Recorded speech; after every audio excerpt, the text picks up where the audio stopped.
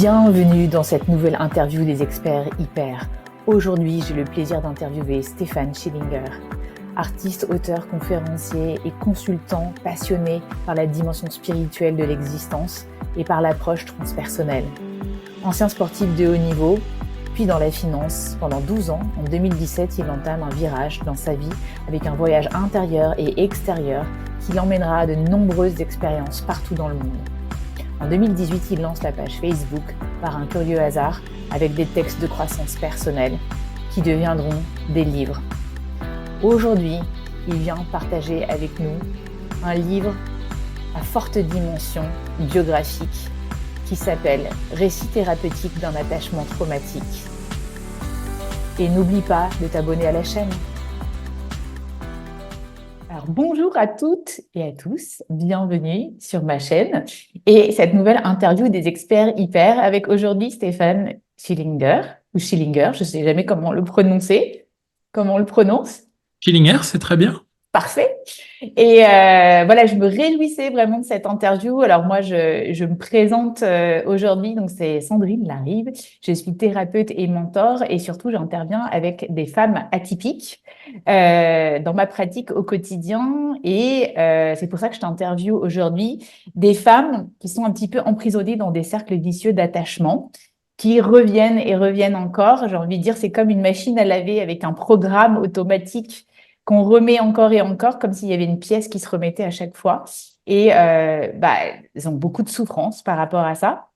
Moi-même, j'ai pu observer ça aussi chez moi pendant un bon petit bout de temps. Je pense que j'appelle un attachement plutôt anxieux à la base, qui m'a valu pas mal de dépendance affective et d'aller un petit peu pousser les murs à l'extérieur, énormément, avec de l'hyperactivité mentale, physique, beaucoup de voyages. Et puis, à un moment donné, j'ai besoin de me retourner vers moi, de faire plutôt un voyage intérieur, de m'ouvrir aux états modifiés de conscience, à l'hypnose notamment. Et ça m'a beaucoup aidé sur ce chemin par rapport aux liens d'attachement. Et je pense qu'on va en reparler plus longtemps avec toi. Et j'ai voulu voilà, que cette interview soit un petit peu un espace de guérison aussi et dans le lien et la vulnérabilité de ce qui va se passer. Et on ne sait pas ce qui va se passer pour toutes ces femmes qui nous écoutent. Et moi, je voulais te dire à quel point, quand je t'ai découvert, j'étais surprise à quel point chaque mot que tu emploies pour moi est un baume cicatrisant à l'âme.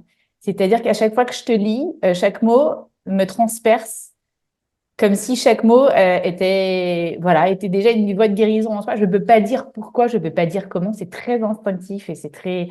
Et j'ai lu beaucoup de gens sur ta chaîne qui disaient la même chose, notamment cette femme qui disait chaque mot, chaque phrase trouve son chemin et anime mes neurones. Et je trouvais ça très joli et c'est ce que ça me fait à chaque fois. Ça anime quelque chose en moi, mais c'est de l'ordre parfois de l'indicible. Alors je tenais à te dire merci et merci d'être là aujourd'hui avec nous. Merci pour cette invitation. Et je tenais aussi à dire que je t'avais invité dans le cadre de la sortie d'un de tes prochains ouvrages qui est actuellement en pré-vente, là où on se parle sur Ulule. Et Que je qui viens a de déjà... recevoir. Voilà, Je viens juste de le recevoir. magnifique, avec une superbe couverture. Avec je vois toujours le poulpe multipotentiel et multifacette dans cette image. Après, on y voit ce qu'on veut. Donc, je crois que c'est 80 pages, absolument bien imprimées avec des super matériaux, etc. Mais surtout, ce que j'ai adoré, c'est que c'est un récit que tu dis cathartique par rapport à ton aventure personnelle de l'attachement traumatique, si on peut appeler ça aventure. Et j'aurais aimé que tu nous dises, en fait, pourquoi tu as eu le besoin d'écrire cet ouvrage et surtout, quelle est l'intention pour toi derrière cet ouvrage? Ah ouais. Déjà, tu as commencé notre entretien en parlant des femmes qui vivent des schémas répétitifs. Eh bien, je suis Mhm. l'exemple incarné que ça ne touche pas que les femmes, puisque moi-même, je me suis vu emprisonné à plusieurs reprises dans ce que j'ai décidé d'appeler attachement traumatique. Mhm. Après, il faut préciser que je ne suis pas psychologue, je ne suis pas psychiatre, je comprends pas grand-chose à tout ça. Et je pense que c'est cet espace d'incompréhension qui permet un émerveillement et un vrai questionnement au-delà de tout concept, au-delà de toute théorie.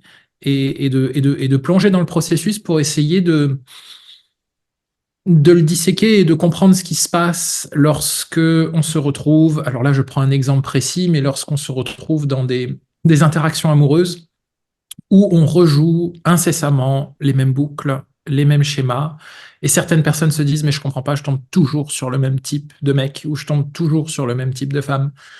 Euh, et voilà. Donc ça c'était la petite ellipse. Mais pourquoi ce livre? En fait, je me suis retrouvé emprisonné dans une emprisonné. Voilà, déjà pourquoi j'utilise ce mot, ça veut déjà tout dire. Mais je me suis retrouvé dans une relation, appelons ça une relation amoureuse, euh, et avec énormément de mal à en sortir, bien qu'une part de moi plus rationnelle euh, comprend et perçoit parfaitement la nature toxique de cette interaction. Hein, et bien, je ne Ok. parle pas de personnes toxiques, Mhm. comme c'est la mode quand on parle de perversion narcissique, c'est évidemment l'autre qui est toxique, hein. Là, je parle de relations et d'interactions toxiques. C'est bien de faire la différence. Voilà. Et, et donc, voilà, la relation se termine au bout d'un an et je me rends compte que 2 ans après la rupture, je suis toujours dedans. Et donc, j'essaye de me questionner et maintenant je dis, putain, mais c'est pas possible, il faut sortir. En fait, ça concerne bien plus que la relation, ça concerne bien plus que la rupture. C'est un schéma existentiel dont les relations et les interactions amoureuses euh, sont en fait le symptôme. Mhm.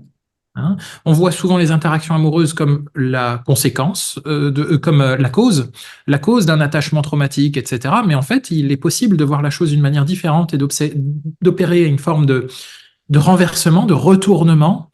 C'est en fait mes relations amoureuses sont le symptôme d'un attachement traumatique. Et Et donc, dans tout ce processus, qu'on pourrait appeler processus de guérison, je ne sais pas ce que c'est que la guérison non plus, hein. C'est plus un chemin qu'une destination. Ça aussi, Tout c'est à peut-être fait. une petite notion. C'est que si la guérison est une destination, eh bien, ça recule toujours, puisqu'en fait, on n'est finalement jamais guéri. Il y a toujours quelque chose à guérir. Et Mm. c'est pas maintenant, c'est après. Et quand j'y suis, non, non, c'est encore un peu plus loin. La guérison, c'est plus un chemin que j'aime appeler chemin de conscience ou chemin d'éveil. Et c'est pas on-off, c'est pas blanc-noir, c'est toute une Mm. nuance multicolore. Euh, je vois plus ça comme un processus plutôt qu'un accomplissement.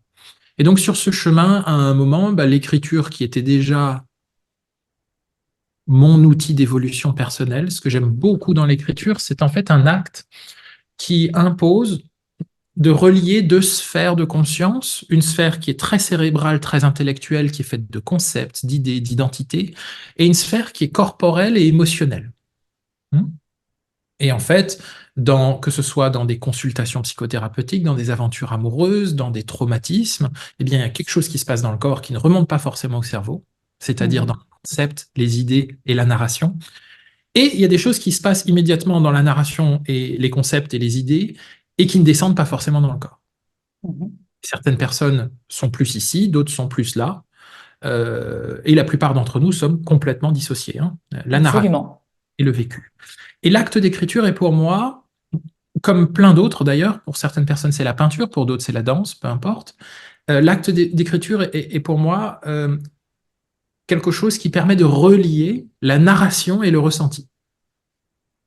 Donc je ressens des choses, je vais les mettre en mots, donc en narration, et j'ai des narrations, mais je vais quand même essayer de les ressentir pour les mettre en forme. Et donc ce livre, en fait, il a un rôle cathartique, pour ainsi dire thérapeutique, puisqu'il me permet alors c'est comme un processus alchimique qui permet en fait de prendre ce qui m'est arrivé de pire dans ma vie, qui est cette relation qui a causé une douleur absolument extrême, et finalement de le transmuter en quelque chose d'utile, en quelque chose de beau, de sublimer cette chose, cet événement qui n'a absolument aucun sens de par le caractère absolument anéantissant et horrible qu'il a eu pour moi, en quelque chose finalement comme un objet, comme une faire sens et surtout, maintenant que c'est fait pour moi, comment est-ce que je le mets au monde en espérant ou en proposant que certaines personnes, à la lecture de mon expérience, vont y trouver des résonances. Mhm. J'explique mon expérience d'une manière plutôt poétique. J'explique ce qui se passe pendant et après. Et ensuite, j'explique même ce qui s'est passé avant, c'est-à-dire tous les constitutifs de l'enfance qui font que on va être une personne qui a une propension à une forme de dépendance affective, ou etc. La mode aussi étant de déterminer quel est ton type d'attachement. Est-ce que j'ai un attachement évitant? Est-ce que j'ai un attachement, euh, je l'ai dit. Anxieux ou chaotique, désorganisé, oui. Mhm. Ce dont je me suis rendu compte, c'est que c'est un réductionnisme qui est utile, mais qui reste un réductionnisme dans la mesure où ces attachements peuvent changer d'une relation à l'autre. Il y a certaines relations où je suis dans un attachement anxieux et d'autres où je suis dans un attachement complètement évitant. Ce Mhm. n'est pas de moi quelqu'un d'anxieux ou quelqu'un d'évitant. Hein, donc c'est vraiment la relation qui crée un attachement propre à chaque personne plutôt qu'une personne qui a un mode de relationner qui va se dupliquer à toutes les relations. Mhm.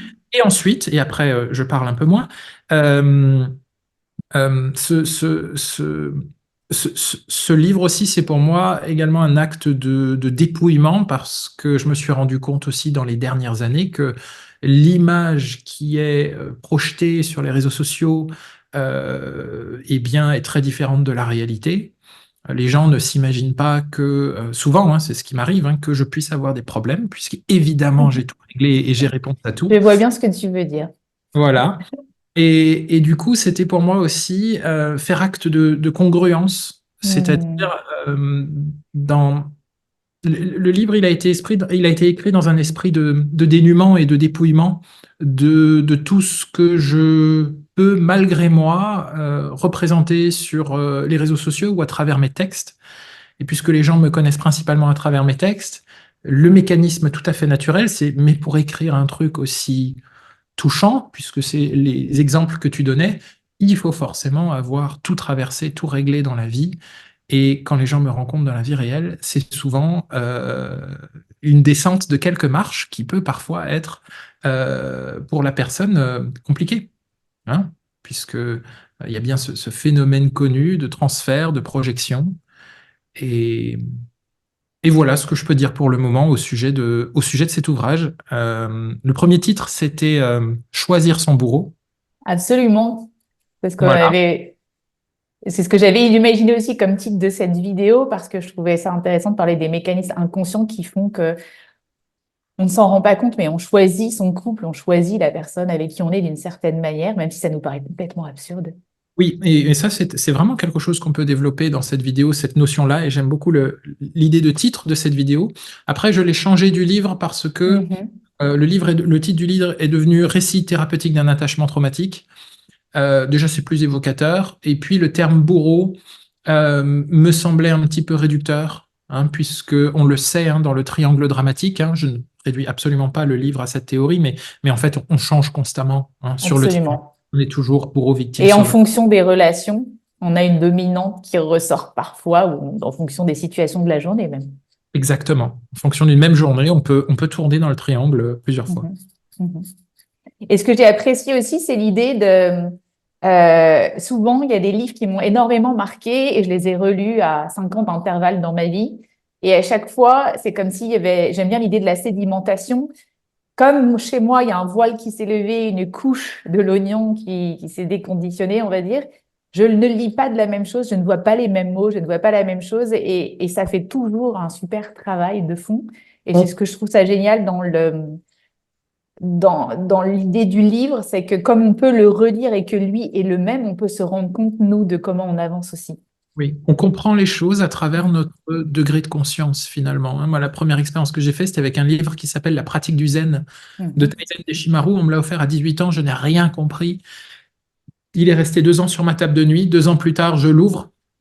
Et c'est une claque, une vraie claque. Et aujourd'hui, 10 ans plus tard, je pense que je peux encore l'ouvrir.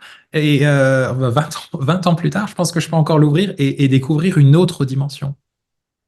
C'est ça qui est magnifique. Et on sème des graines, enfin, en tant qu'auteur, je pense. et pas les mêmes dans la tête de chaque personne, avec pourtant les mêmes mots, puisqu'on n'a pas les mêmes filtres non plus, pas le même niveau de conscience. Donc, je trouve ça génial d'imaginer pour toi que ce même livre puisse avoir différents niveaux d'impact sur différentes personnes.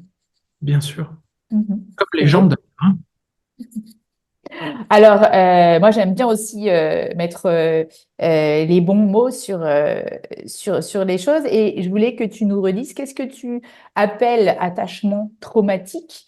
À quel point un attachement est traumatique ou pas? Et d'après toi, ça commence quand exactement? Alors, dans ma compréhension de la chose, euh, moi j'aime bien dire, et ce n'est qu'une interprétation, hein, ce n'est Mhm.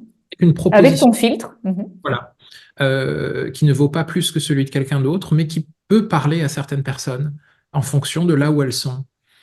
Euh, J'aime bien dire que quand on est enfant, il y a trois nourritures indispensables, euh, euh, qui est en fait le manger, boire et le lien, Mhm. hein. Et pour maintenir ce lien, va se créer un attachement. Et donc ça, c'est pas nouveau du tout, mais euh, pour avoir ce lien, on va perdre de notre authenticité. Si tu fais ça, maman, elle n'est pas contente, et si tu fais ça, Mhm. papa est en colère. Donc je comprends que je ne peux pas être tout à fait moi-même et que je vais devoir m'adapter pour plusieurs raisons. Soit parce que quand je suis comme ça, maman n'est pas bien, soit parce que quand je suis comme ça, maman ne m'aime pas, ou soit parce que quand je suis comme ça, papa est en colère. Et en fait, quand on a ces deux piliers universels que sont nos deux parents, eh bien, quand il y a un pilier qui se fissure ou qui vacille, c'est tout l'univers de l'enfant qui se fissure ou qui vacille, hein. Donc, on Mhm. est dans une forme d'adaptation organique nécessaire, mais qui va à un moment se prolonger tout au cours de l'enfance et de l'adolescence et de l'âge adulte, des mécanismes qui restent. Et à partir de certains moments, en fonction de notre degré de maturité, on se rend compte que ces mécanismes trouvent leurs limites. Et donc là, il est nécessaire de se rendre compte qu'il y a, oui, cette manière de faire m'a sauvé la vie dans mon environnement d'enfance, que j'ai eu des parents défaillants, toxiques, violents ou démissionnaires, que sais-je. Aujourd'hui, ce mécanisme commence à me desservir. Et, et donc l'attachement reposerait, selon moi, dans ma perception des choses, là-dessus, c'est en fait, c'est tout le, l'arsenal et l'ensemble de mécanismes Mhm. et de mise en place finalement, de mécanismes mis en place que je fais pour rester en lien et me nourrir à l'endroit de ma nécessité fondamentale de lien. Et Mhm. cet attachement devient traumatique dans la mesure où cette manière de faire résulte d'un impact qui est traumatique. Un petit peu comme je me casse une cheville, je ne vais jamais me faire opérer, je prends une béquille. J'ai une béquille toute ma vie, c'est un résultat d'une expérience traumatique. Mhm. Si je lâche la béquille, j'ai mal. Mhm. Euh, et donc, il y a des attachements qui se construisent et qui qu'on pourrait qualifier de nature traumatique. Et ils sont d'autant plus toxiques ou traumatiques ou délétères quand on se rend compte que cette manière de relationner, en fait, elle nous est déficitaire, hein. C'est-à-dire qu'elle nous coûte plus que ce que le lien nous apporte. Mhm. Et souvent, j'ai lu récemment un livre très intéressant de Fleur-Lise Monastès qui s'appelle Sortir du sillon de l'abus, Mhm. dans lequel elle donne 72 leçons et elle partage plutôt 72 prises de conscience. Et dans l'une d'elles, c'est euh, je suis dans un couple où j'ai 5% de moments positifs et agréables. Et donc, ces 95% de tension, de toxicité, de mal-être ou d'angoisse, peu importe, ou de conflit, servent à acheter, finalement, à permettre, dans la transactionnalité de la relation, 5%. Et donc, ce genre de prise de conscience est assez intéressante. Et donc, on pourrait dire qu'il y a un attachement traumatique à partir du moment où, à titre d'exemple, je reste dans une relation où j'ai 95% de mauvais moments et 5% de choses absolument extraordinaires. Mhm. Ce qui était par exemple mon cas dans la relation que je décris comme exemple dans ce livre. Et si on rentre un peu plus voilà, dans différents angles de vue, dans le détail, en tant que toi, personne neuroatypique, est-ce que tu penses que ces attachements traumatiques peuvent être amplifiés aussi par la réalité augmentée souvent que vit une personne neuroatypique, par son intensité? Est-ce que tu penses que ça peut amplifier les choses? C'est une possibilité, bien sûr, mais neuroatypique, pour moi, c'est un spectre de nuances Mhm. extrêmement large. Et je peux être neuroatypique ici et je peux être neuroatypique Absolument. ici. Mhm. Donc, ce serait enfermer le neuroatypisme dans une Mhm. certaine manière de relationner. Mhm. Mais oui, on pourrait penser qu'il y ait des prédispositions. Après, il y a des neuroatypiques qui par exemple, sont tout l'inverse d'un attachement anxieux. C'est un attachement évitant, attaqué, Absolument. Mhm. et avec l'incapacité Ou finalement de dissocier. complètement dissocié, avec l'incapacité de rentrer en lien, là où d'autres neuroatypiques vont être dans l'excès de lien et l'excès de dépendance. Absolument. Ouais, je pensais à la base d'hypersensibilité qui fait qu'on peut se dissocier à un moment donné tellement c'est dur, mais je pensais Absolument. quand même de cette base d'hypersensibilité que je retrouve un petit peu partout dans la neuroatypicité, dans différents spectres. Le fait que un stimuli peut être quand même reçu un petit peu plus fort que la moyenne, quoi qu'il arrive. Soit on s'en coupe parce que c'est Oui, trop dur, oui. soit on devient accro après voilà, la dépendance affective, mais je pensais plutôt à ça. Et aussi, on a parlé donc de triomphe de Cartman. Je pensais un petit peu aussi à tout ce qu'on dit sur les blessures de l'âme. Et Hmm. tu sais à quoi je fais référence, blessure de l'abandon, blessure du rejet, etc. Euh, Comment toi tu perçois tout ça et comment tu le relis à l'attachement traumatique? Euh, Dans ma conception des choses, déjà, est-ce que l'âme peut être blessée? Moi, Mhm. je ne le sens pas comme ça. L'âme étant une partie de constitution du soi qui est plus spirituelle et pour moi, dans ma manière de voir les choses, l'âme ne peut pas être blessée, elle est. Mhm. C'est, plus particulièrement, l'interface entre l'âme et le corps, qui est l'esprit ou l'ego, et encore, on peut interchanger âme et esprit à volonté, hein, on est sur des concepts qui vont parler différemment à chaque personne, mais on va dire que c'est plus l'ego, l'identité, la personnalité qui, elle, va être blessée. Donc pour moi, blessure de l'âme est quelque chose qui est un contresens. Et donc, évidemment que ces blessures peuvent être à la source d'attachement traumatique, puisqu'en fait, ce qui peut se passer souvent, c'est... euh, alors, je vais le proposer différemment. Euh, j'aime, j'aime proposer deux interprétations à l'attachement traumatique. Une qui est très rationnelle et scientifique, et une autre qui l'est un petit peu moins. Mhm. Euh, Ce que la science nous dit à l'endroit de l'attachement traumatique, c'est que pour faire face à une enfance traumatique, toxique, peu importe, difficile, violente, Défaillante. Mhm. défaillante par exemple, euh, nous allons, le cerveau va produire certains neurotransmetteurs qui vont nous permettre de faire face à des situations de danger. Ces neurotransmetteurs, ça peut être l'adrénaline, la noradrénaline, des opiacés, de l'ocytocine, du cortisol, de la sérotonine, de la dopamine. Et donc, on a tout un cocktail, mais un cocktail bien précis qui correspond au schéma de notre enfance, au climat environnemental et familial de notre enfance. Très intéressant. Et le stress va générer du cortisol, le danger de l'adrénaline, le lien de l'ocytocine, etc. Et dans le contexte familial, tout ça est mélangé. Et donc, sur une enfance qui va durer, mettons, 15 ou 18 ans, peu importe, euh, on va avoir un cocktail de neurotransmetteurs, c'est-à-dire un équilibre chimique dans notre cerveau qui va être l'adaptation, qui va être l'image miroir directe du bain dans lequel je baigne. Fait d'émotions, de conflits, de non-dits, de transgénérationnel, du comportement des parents, de l'environnement matériel, etc., etc. Je sors de cet environnement, j'habite en couple, je me mets à habiter tout seul, je deviens adulte, je m'individualise et je perds finalement ce cocktail qui était généré par un environnement bien précis, Mhm.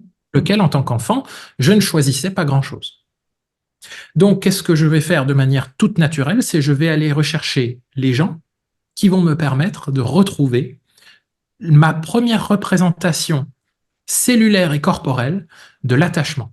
Et donc, je vais aller chercher les gens qui vont reproduire le même cocktail de neurotransmetteurs, le même cocktail chimique dans mon cerveau pour retrouver ce que moi j'ai connu comme première représentation de ma vie du lien. Hmm. Et donc, soit je trouve des gens qui vont représenter le même degré de toxicité ou les mêmes comportements, violence, abandon, rejet, humiliation, peu importe. Ou alors je vais trouver des gens tout à fait normaux et je vais moi-même toxifier la relation. Pour pouvoir ressentir le cocktail chimique. Voilà, ce qui fait pas de moi quelqu'un de mauvais, mais quelqu'un qui est en manque, hein, à tel point que on le sait que dans le cerveau, hein, on a des opiacés, hein, to release, qui sont relâchés au moment du lien, Mhm. hein, au moment de l'entrée en lien. Et donc pour certaines personnes, donc là je paraphrase mon ami Ansgar Rougemont, qui est psychiatre en Suisse, qui écrit beaucoup sur le trauma, justement, et l'impact civilisationnel du trauma. Eh Mhm. bien, pour une personne qui a grandi dans un environnement de tension, un environnement de stress ou un environnement toxique, avoir une relation saine avec une personne équilibrée peut paraître comme insipide. Et donc, on peut avoir certains comportements que moi j'aime appeler toxifiants. Donc ça, c'est l'interprétation tout à fait Oui, il y a beaucoup de femmes qui me disent, mais finalement, quelqu'un de normal, je m'ennuie en fait. absolument, Alors parfois absolument. c'est inconscient, mais parfois ça devient un peu plus conscient que oui, Oui. effectivement, s'il ne se passe pas ça ou ça, mais je vais me faire chier. Mhm. Ensuite, une interprétation qui peut parler aussi, hein, j'aime bien avoir les deux polarités, euh, Mhm. c'est qu'en fait, nous sommes tous animés par une part d'inconscient, hein, donc très jungien comme concept. Et en Des fait, inconscients même, mais pas inconscientes. exactement. Et moi, je vis dans la croyance que nous transportons la vie et que la vie est quelque chose qui va toujours vers le mieux, hein, vers une idée de guérison, une idée d'harmonie, hein. D'ailleurs, il y a juste à regarder la nature, hein. Ça vit, ça meurt, mais tout ça, ça se fait dans un ensemble homéostatique, Absolument. dans une forme d'harmonie parfaite. Et donc, ces inconscients qui sont au travail, en arrière-plan, dont on n'a pas conscience par définition, vont nous pousser vers les situations et les interactions sociales et amoureuses qui vont nous permettre de retrouver un équilibre. Et donc souvent, ces interactions apparaissent déjà comme toxiques ou traumatiques, et puisque c'est ce dont c'est ce qu'on a besoin de régler. Hein. Pour reprendre tes propos avec un partenaire normal, on risque de se faire chier, hein, comme je l'entends aussi moi beaucoup. Eh bien, tout simplement, il n'y a rien à régler. Et Il n'y a rien à même réparer. il n'y a rien à réparer, il n'y a rien à régler, donc c'est bon, il y a pas de challenge, il n'y a pas d'enjeu, il n'y a rien à faire. Or, beaucoup d'entre nous vivent la vie avec l'idée qu'il faut absolument guérir. Hein.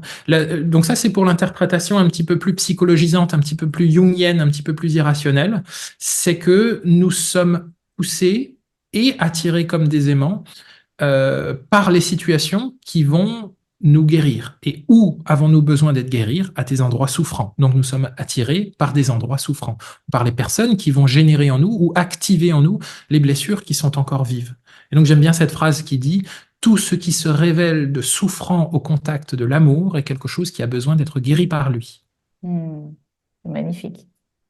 Et puis après, on pourrait aussi rajouter que Euh, je parle d'attachement traumatique naïvement parce que c'est le mot que je pose dessus, mais en fait, il est question d'amour, hein. Quand on est dans un couple et que se révèlent des schémas difficiles, on se dit, ben, on est amoureux et on mélange dans ce mot amour, on mélange la passion, le désir, l'attachement, mais ça reste toujours amour. Les Grecs avaient 11 mots pour dire amour, avaient 11 nuances et gradations. Hmm. Nous, on en a un. J'aime le brocoli, j'aime mon chien, j'aime ma sœur et j'aime ma compagne. Euh, Ça commence déjà à foutre le bordel. Et, et du coup, c'est peut-être une tentative d'aller un peu regarder tout ce qu'il y a derrière ce mot fourre-tout qu'on dit amour et qu'on réserve finalement en grande partie au couple. Et le Mhm. couple est le lieu de désir qui n'est pas de l'amour, de passion qui n'est pas de l'amour, et d'attachement qui n'est encore une fois pas de l'amour. Hmm. C'est très Voilà. important de faire la différence entre, entre tout ça, parce que souvent on est dans la confusion totale. Et je voulais savoir aussi, autre angle de vue par rapport à ça, de ta part, est-ce que tu crois à la mémoire cellulaire et au transgénérationnel? Moi, j'ai fait aussi des magnifiques constellations familiales où j'ai pu sentir, à un moment donné, je disais, il y a quelque chose qui me pousse derrière, il y a quelque chose qui est plus lourd que moi. J'ai l'impression d'être le dernier maillon d'une lignée de femmes qui ont souffert et du coup d'avoir un poids énorme. C'est-à-dire que la réparation me semblait encore plus lourde puisque c'était pas seulement la mienne, mais j'imaginais que c'était celle de plein de femmes. Donc ça m'a pesé pendant très longtemps. Euh, et je me disais, voilà, qu'est-ce que tu penses en fait de cet aspect transgénérationnel? Alors, je ne vois pas le transgénérationnel comme le domaine exclusif, Mhm. la conséquence exclusive de mémoire cellulaire. Ok. Ça peut se voir à travers un prisme beaucoup plus simple, matérialiste, qui est la transmission des comportements et des valeurs. Tout Hein. simplement. Mhm. Si ma grand-mère pensait que ma mère avait des mœurs trop légères, ma mère, pour sortir de cela, avait deux solutions. Soit j'obéis au fait qu'il ne faut pas avoir de mœurs trop légères et je fais des grands archétypes, hein, et je deviens Mhm. une fille sage. Soit je dois absolument me sortir de l'emprise de ma mère et je fais l'inverse. Qu'est-ce que ça donnera sur la fille? Eh bien, encore une fois, on a cette polarité. Soit ma mère a grandi en opposition à sa grand-mère en étant une fille libre, une femme libérée, et du coup, moi, je dois réagir à cela en Mhm. étant soit la même chose, libérée comme maman, parce que je vais lui plaire en faisant ça, soit je vais m'enfermer parce que j'aime pas ce que maman fait quand elle est trop libérée. Et donc, Mhm. tu vois, déjà, ça esquisse du transgénérationnel par le biais de valeurs, par La le transmission, tout simplement. Mhm. la transmission aussi de certains comportements, de certaines peurs et de certains désirs refoulés. Et donc, ce qui est important ici, c'est qu'on aborde la notion du traumatisme qui n'est pas la reproduction, qui n'est pas toujours la reproduction des schémas familiaux. Mhm. Euh, le traumatisme s'exprime aussi dans l'incapacité de reproduire les schémas familiaux ou de se construire en opposition aux schémas familiaux. Hein, Mhm. j'entends parfois des gens me dire, mes parents étaient très, très, très, très fusionnels et très, très, très possessifs. Moi, je suis libertine, donc je ne suis pas traumatisé. Bah, quand c'est en réaction à, c'est toujours qu'il y a Voilà. dépendance hein, de quelque chose. Voilà. Donc, soit on est en... Voilà. Et donc, souvent, ce que ça donne, c'est, puisque là, on a parlé de ces exemples-là entre puritanité et libertinage, par exemple, eh bien, ça donne un spectre. Ici, je suis une sainte vierge et ici, je suis une salope. Et je n'ai Mhm. pas le droit de toucher les deux extrémités. Parce que là, ça me fait souffrir et là, ça me fait souffrir. Et donc, Mhm. l'idée pour avancer sur un chemin de libération des incidences traumatiques, qui sont en fait une polarisation, c'est d'accepter qu'en fait, je suis les deux à la fois. Et que je peux Mhm. être les deux à la fois en me sentant bien dans un espace un peu plus grand, parce que plus je moralise, plus je suis dans la volonté de création du lien, plus les murs se resserrent sur mon comportement. Et Mhm. donc, sur ce spectre entre l'archétype de la sainte et de la prostituée, par exemple, eh bien, on peut faire ça et être à l'aise en faisant ça. Et les gens qui ont une réaction traumatique, eh bien, ils seront plutôt comme ça. Hein. Et donc, on est dans un comportement névrotique d'interdit de toute chose. Ou alors, on est bloqué ici, ou alors on est bloqué ici. C'est une autre manière d'architecturer un petit peu la dynamique traumatique. Et de même, si on prend l'exemple de cette femme, elle peut rencontrer un compagnon qui a lui-même été traumatisé dans la pute ou la vierge par rapport à sa mère et qui vient rejouer aussi, voilà, et qui nous remet dans cette étroitesse en fait. Absolument. Mhm. C'est magnifique.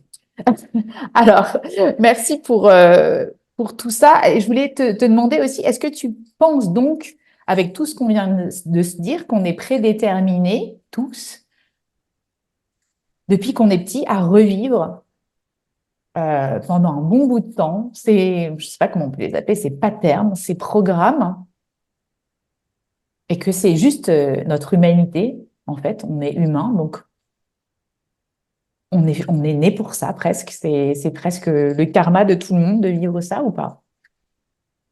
Oui, ça me semble Mhm. pas trop déconnant que de penser ça. Alors, prédéterminé,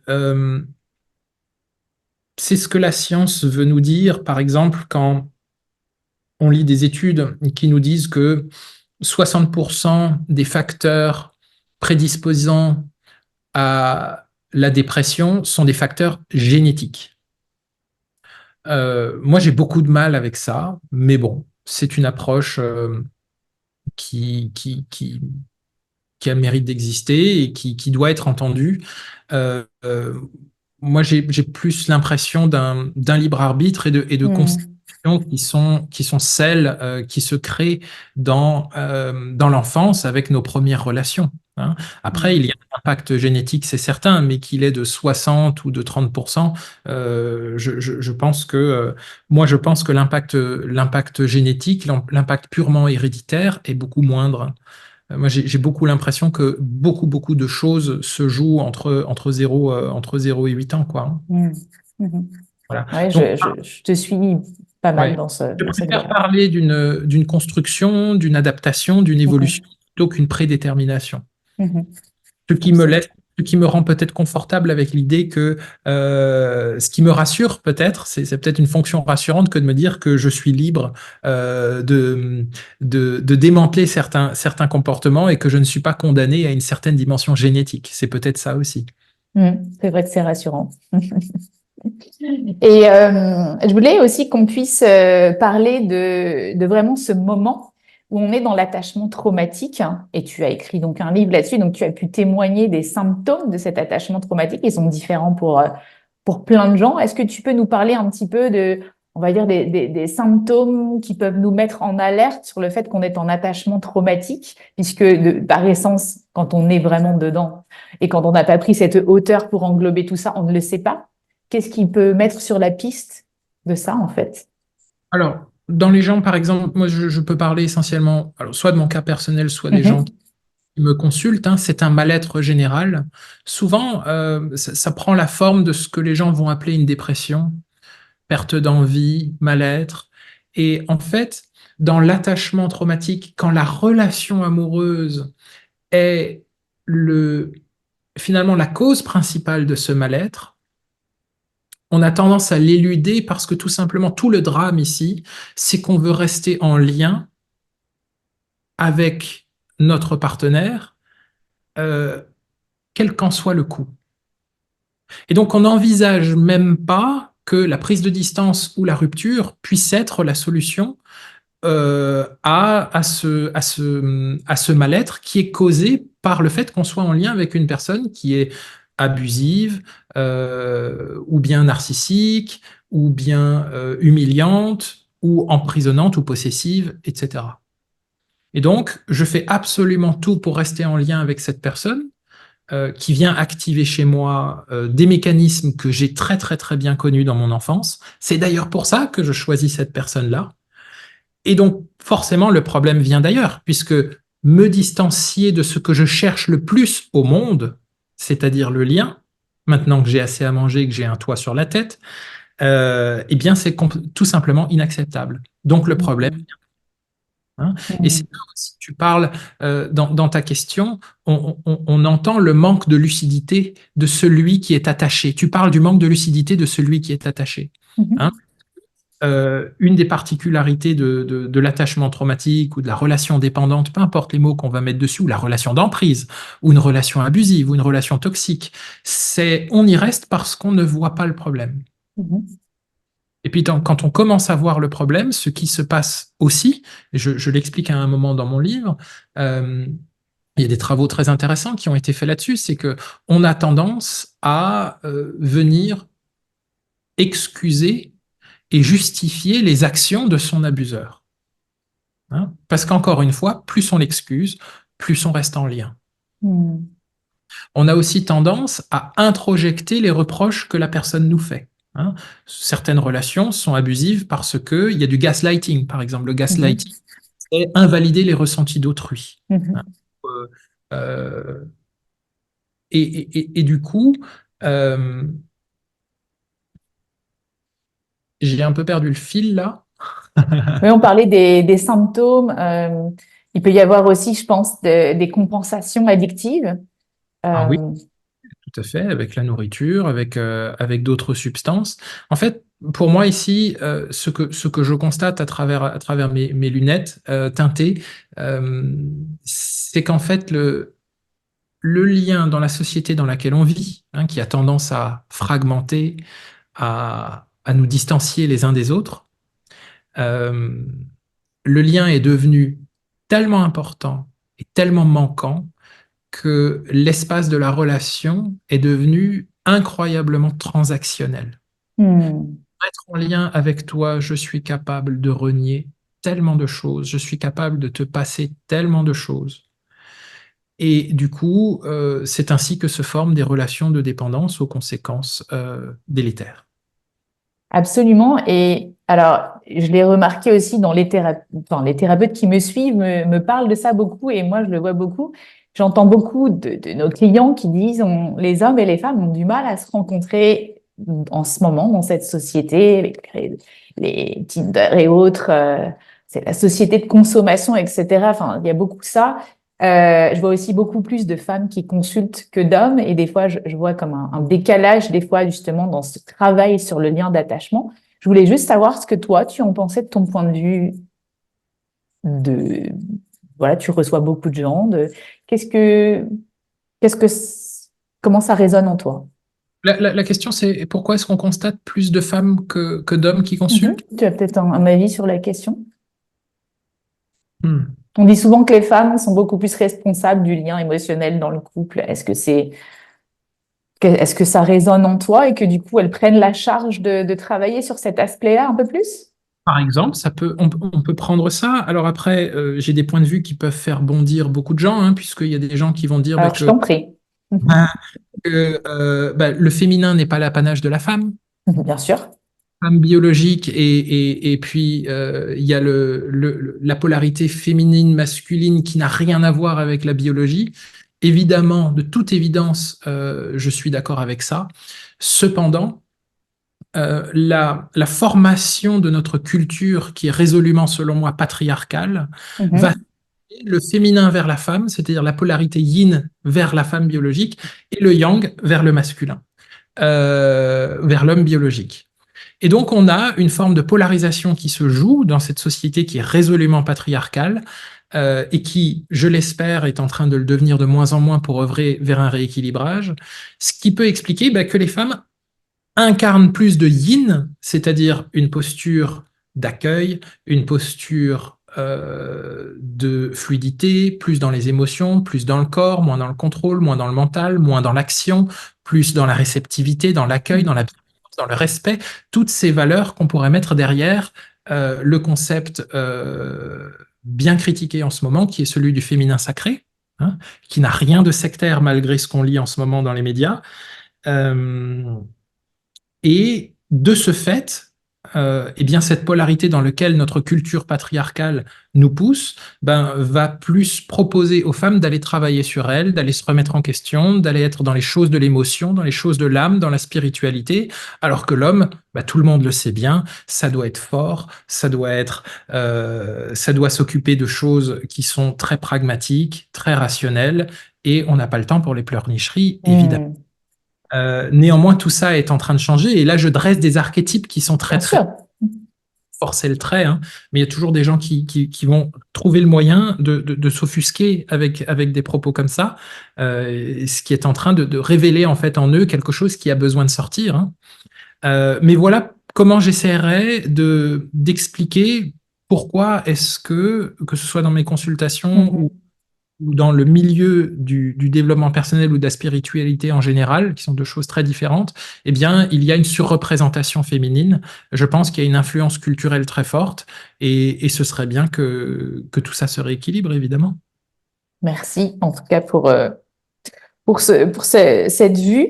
Alors maintenant, j'aimerais qu'on passe à la troisième partie de cette interview qui est justement une fois qu'on est bien dedans, qu'on ne s'en rend pas compte et puis qu'il y avait des voiles qui se lèvent, une conscience qui émerge, on commence à pouvoir observer la chose d'un petit peu plus haut et de voir les choses un petit peu différemment. On parle aussi, j'aime bien, de transcendance de tout ça. Quand on arrive à transcender, c'est aussi qu'on peut peut-être regarder tout ce qui se passe d'un autre point de vue. Qu'est-ce qui est pour toi primordial, hein, pour se sortir de ce lien d'attachement traumatique? Qu'est-ce qui a été en tout cas primordial aussi pour toi, puisque je pense que ton témoignage est super intéressant. Euh, je dirais dans un premier temps, la prise de conscience de ce que c'est que l'abus. Mhm, Il y a une définition du dictionnaire, hein, mais il y a aussi comment ça pénètre dans le corps et dans les cellules, hein. mhm, À partir de quand est-ce qu'un abus commence? mhm, Qu'est-ce euh, qu'est-ce que le trauma? Qu'est-ce que la dépendance?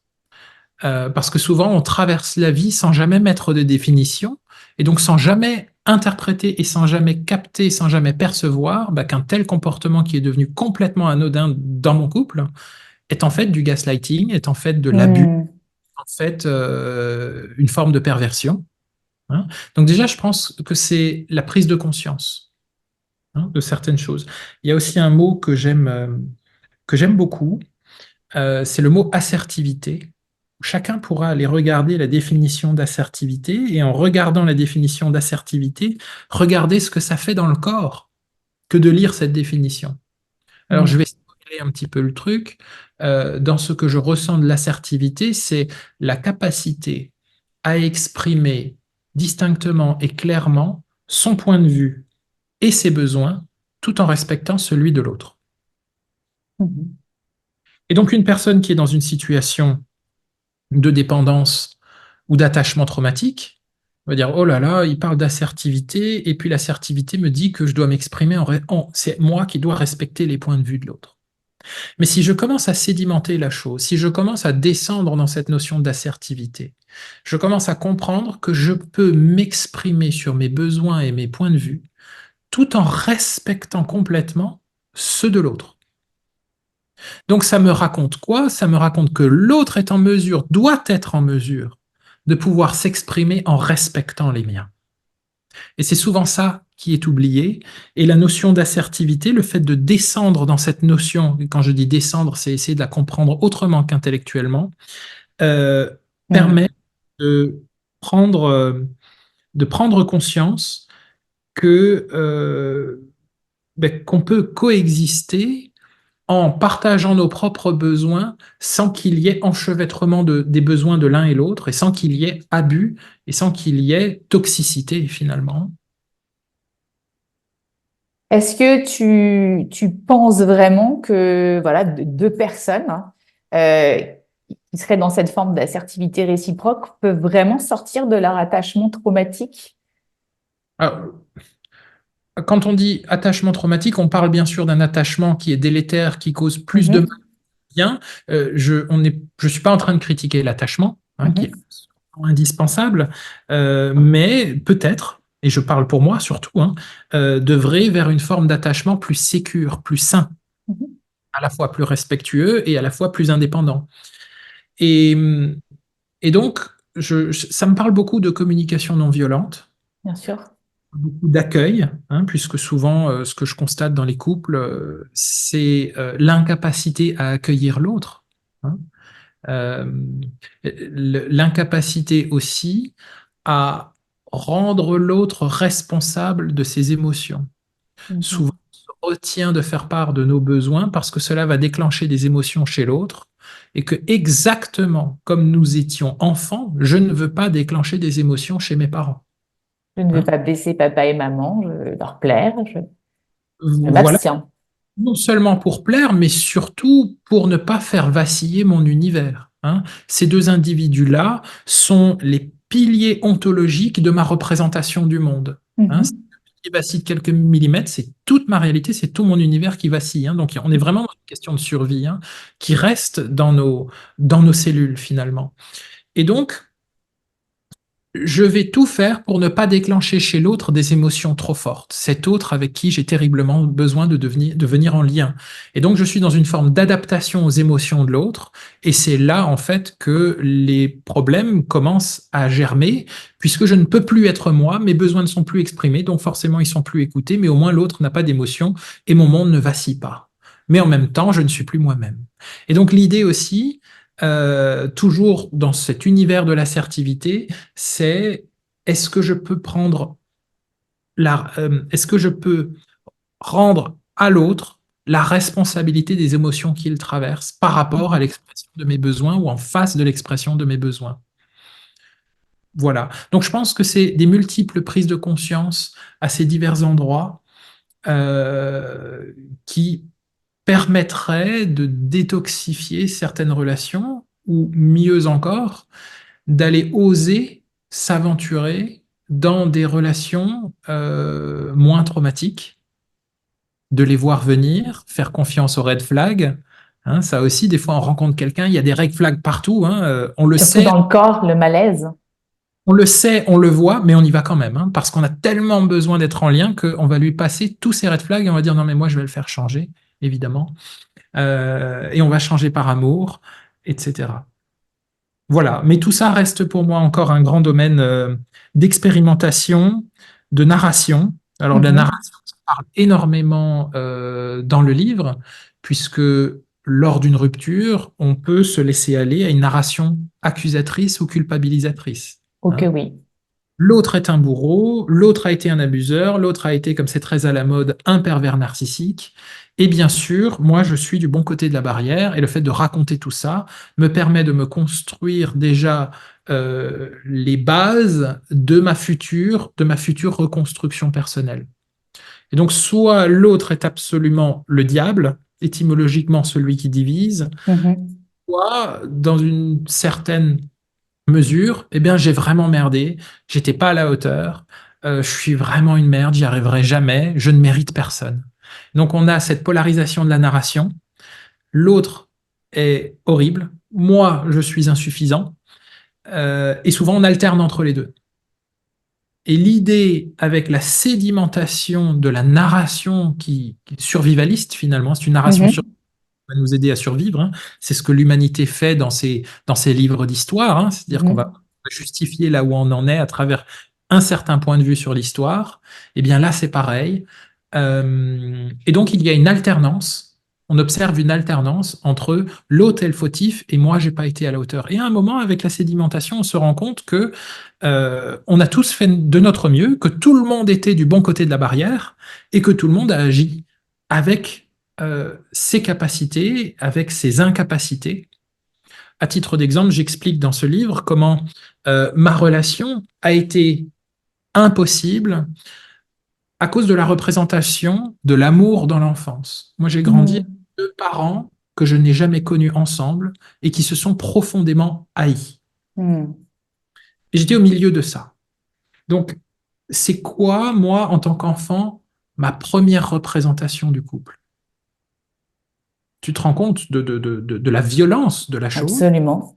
Mhm. Et donc, ce que j'imagine et ce que je ressens de ma réaction survivaliste à cela, bah, c'est qu'en fait, non, l'amour peut tout sauver. L'amour, plus d'amour entre mes deux parents, aurait fait que mon enfance aurait été meilleure, moins douloureuse, moins violente, moins traumatique. La personne avec qui j'étais en couple a connu des parents, elle n'a jamais connu ses parents séparés, elle a connu un père extrêmement possessif et envahissant, et une mère extrêmement soumise et complètement dévouée à ses enfants. Les deux sont morts de cancer et elle décrit qu'en fait c'est le couple qui les a tués. Hein. Mhm. Ce côté fusionnel comme un noyau qui flétrit et qui fait que les deux s'effondrent ensemble pour avoir été trop fusionnels. Hein. J'ai Mhm. un pote qui dit la fusion amène à la confusion. Mhm. Et donc, c'est quoi le message que cette personne est là dans son enfance? C'est que l'amour est mortel. Mhm. La présentation de l'amour, elle est forcément faite possession-soumission. Mhm. Hein, c'est que ça. Et donc, on rentre dans une relation avec deux narrations euh, ontologiques sur l'amour qui sont fondamentalement opposées. Pour moi, l'amour peut absolument tout sauver et dépasse tout. Et pour elle, non, c'est un danger. L'amour ne résout pas tout. L'amour n'est pas le centre de la relation. Et d'ailleurs, je veux une relation avec beaucoup d'indépendance parce que je ne veux pas reproduire ce que papa et maman ont fait. Face à quoi le petit enfant en moi répond, mais si, papa et maman peuvent tout faire pour revenir ensemble. C'est d'ailleurs ce qui va me sauver. Et donc, voilà un autre exemple, voilà une autre manière d'articuler le propos sur quelle est notre représentation du couple et de l'amour dans l'enfance. Hmm. Voilà, je trouve que c'est magnifiquement bien exprimé. Et en termes de, je trouvais ça aussi intéressant de voir aussi ce que l'autre peut nous renvoyer, l'idée que l'autre est une surface projective de ce qu'on n'arrive pas forcément à voir chez nous. Est-ce que tu peux nous expliquer un petit peu cette notion avec tes mots? Ce qu'on n'arrive pas à voir chez nous, ou bien ce qui est inacceptable, hein, on veut toujours Voilà, c'est ça. du bon et du bien. Hein.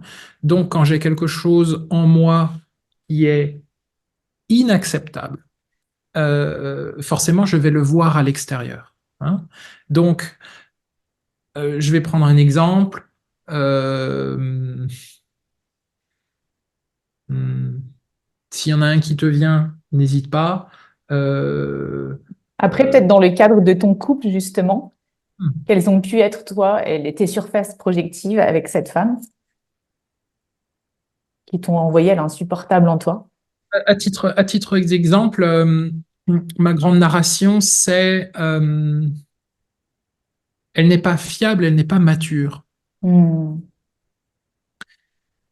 Mais en fait, si je vois quelqu'un que je qualifie d'immature et de pas fiable, ça ne dit rien sur elle. Ça dit tout de moi. Hmm. On parle toujours que de soi. Donc, en fait, toi, t'es pas mature. Qu'est-ce que ça dit de moi? Ça dit déjà que je veux incarner la maturité. Hein? D'ailleurs, c'est l'autre qui est pas mature. Hein. Donc, c'est pas bien. Hein. Donc, qu'est-ce qui est bien pour moi? C'est d'être mature. Donc, en disant, toi, tu es immature, sous-entendu, qu'est-ce qu'il y a en filigrane ou dans les couches en dessous? Moi, je suis quelqu'un de très mature. D'où vient cet attachement si fort à ce que je sois mature, au point d'être celui qui dénonce l'immaturité des autres? Hmm. Forcément qu'il y a une graine d'immaturité chez moi. Hein. Mhm. On peut décliner ça. J'invite vraiment les gens qui sont intéressés par le phénomène de la projection à décliner ça à leur sentiment personnel. Hein. Ce qu'on Hmm. dénonce ailleurs, c'est quelque chose qu'on n'arrive pas à incarner et à recevoir en soi. Hein. En dénonçant quelque chose, en critiquant quelque chose, on se met de fait du bon côté de la barrière. Du coup, ça raconte beaucoup plus sur nous que sur celui qu'on dénonce. Hein. Il y a cette petite sagesse populaire qui dit que quand tu montes quelqu'un du doigt, tu en as quatre tournés vers toi. Hein. Non, j'avais ça aussi avec l'intolérance. Je, je voyais de l'intolérance partout, mais je pense que la première que j'avais, c'était celle que je ne m'autorisais même pas avec moi-même. Je ne tolérais pas grand-chose de moi-même et je la voyais partout, donc je la dénonçais partout, évidemment. C'est ça. Donc c'est magnifique. Et quand on apprend ce nouveau programme, ce nouveau, voilà, c'est comme un programme aussi qu'on remet, je trouve que c'est super en fait. Ça Absolument. permet de prendre cette hauteur assez rapidement. Une forme de transcendance de nos Mhm. mécanismes dont on a tendance à se plaindre. Exactement, ça évite de gémir trop longtemps. Alors, j'aimerais que tu nous parles aussi de manière, quand on est là-dedans et qu'on est coincé, emprisonné, on employait des mots très durs, de remettre de la souplesse, de la flexibilité dans notre lien. Quand on a l'impression qu'on est enfermé, quels sont les petits pas qu'on peut faire au début pour remettre quelque chose de plus acceptable si on n'arrive pas à fuir, si on n'arrive pas à se confronter à ce qui se passe, qu'est-ce qu'on peut faire pour remettre un petit peu de relativisme, quelque chose de plus souple? Je ne sais pas si c'est du relativisme qu'il faut mettre. Moi, j'ai tendance à parler de prise de conscience, c'est-à-dire Mhm. de me répéter, mais c'est en fait déceler ce qu'est un abus, déceler ce qu'est une emprise, déceler mon éventuelle suradaptation Mhm. de qu'est-ce qui ne l'est pas. J'aime bien cette phrase qui est très contestable, mais elle a le mérite de faire bouger les choses, c'est il n'y a pas de dépression, il n'y a que des besoins non remplis. Mm. Aujourd'hui, dans ma relation, de quoi j'ai besoin? Quel est le besoin qui n'est pas entendu? Il n'est pas entendu par l'autre, comment est-ce que je peux déjà l'entendre de moi à moi?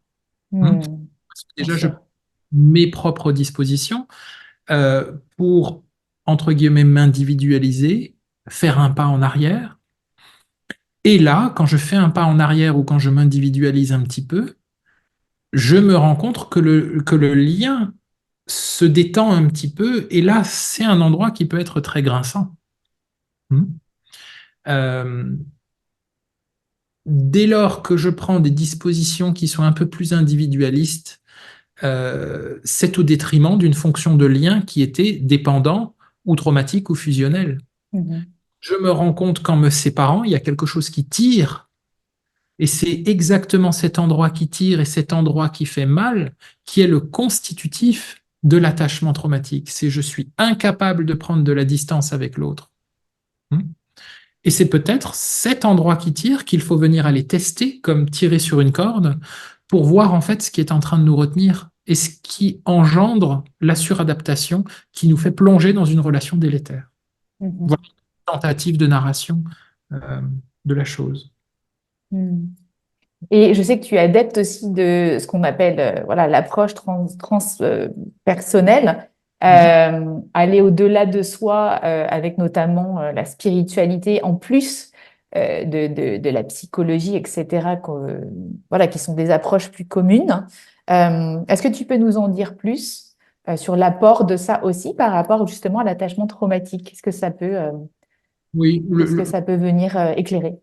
le transpersonnel mérite une vidéo à lui tout seul, mais pour Mhm.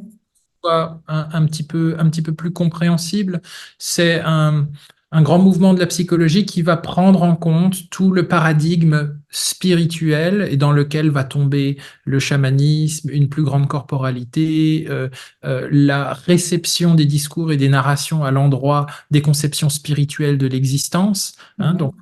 un psychothérapeute transpersonnel, par exemple, est quelqu'un qui va beaucoup plus recevoir toutes les expériences non explicables, hein, au lieu d'aller les pathologiser ou les enfermer dans des cases très psychologisantes finalement, hein, très psychanalytiques. Mhm. Euh, et donc le transpersonnel est un mouvement qui va vraiment, vraiment, vraiment prendre en compte toute la dimension irrationnelle et spirituelle pour ce qu'elle est, en essayant d'y mettre du sens. Et donc ça peut paraître pour certaines personnes hein, complètement irrationnel. Hein. D'ailleurs en France, le transpersonnel n'est pas en odeur de sainteté, alors que dans d'autres pays, c'est devenu quelque chose de quasiment central. Hein. Mhm. Maintenant, comment regarder l'attachement traumatique à travers la dimension transpersonnelle? Euh, Moi, je n'ai pas mis dans ma relation euh, traumatique toutes les notions de vie antérieure, toutes les notions de ce que les gens vont pouvoir appeler de lien karmique, de flammes jumelles, toutes Ah ces nœuds oui. un peu New Age, mais qui sont, alors on peut regarder ça d'un œil péjoratif ou disqualifiant, mais on peut aussi regarder ça comme des tentatives de faire du sens. Hein, quand on regarde toute la narration populaire autour des vies antérieures, autour des flammes jumelles, qui n'est pas celle du transpersonnel, bien sûr, hein, mais qui est tout ce discours un peu New Age, un petit peu spiritualisant. On a ici une tentative désespérée de faire sens avec tout ce qui nous tombe sous la main. Hein.